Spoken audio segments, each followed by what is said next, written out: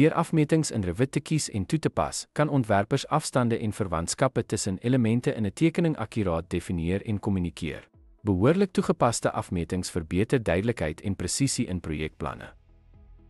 Kies die dimensie-instrument. Kry toegang tot die dimensie-instrument vanaf die annotate-oortjie om dimensies in jou tekening toe te pas.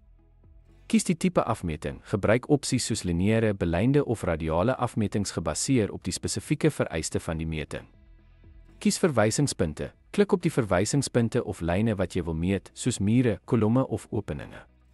Pas die dimensieplasing toe. Nadat u punte gekies het, plaas die dimensielyn op die verlangde posisie op die tekening om die meting te vertoon.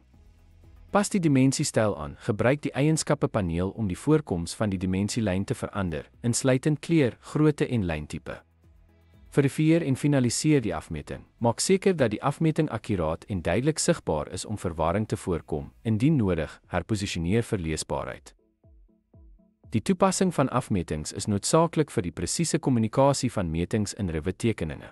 Met die korrekte plasing van afmetings word ontwerpe duideliker en makliker om te interpreteer vir konstruksie en hersiening.